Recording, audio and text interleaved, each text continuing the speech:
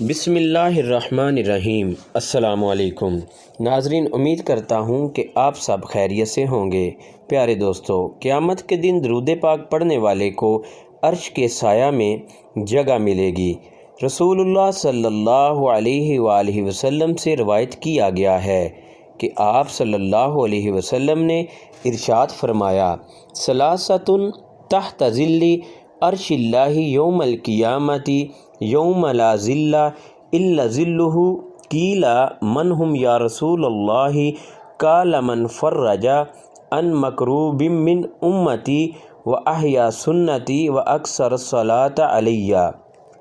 تین ایسے خوش نصیب شخص ہیں جو قیامت کے دن عرش کے سایہ کے نیچے ہوں گے، جس دن سوائے عرش کے سایہ کے کوئی سایہ نہ ہوگا۔ پوچھا گیا، یا رسول اللہ صلی اللہ علیہ وآلہ وسلم وہ کون ہوں گے؟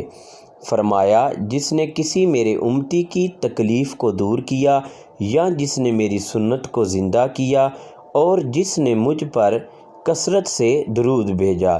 سبحان اللہ دوستو، کتنے ہی فضائل ہیں درود پاک کے، کس قدر عظمتیں اور فضیلتیں ہیں۔ آپ سب میرے ساتھ مل کر ایک مرتبہ درود پاک پڑھ لیں آخر میں، صلی اللہ علی سیدنا محمد وآلہ وسلم۔ میں اپنے تمام ناظرین سے گزارش کرتا ہوں کہ کم از کم 1000 مرتبہ روزانہ رات سونے سے پہلے درود پاک کا ورد کیا کریں۔ انشاءاللہ اللہ کرم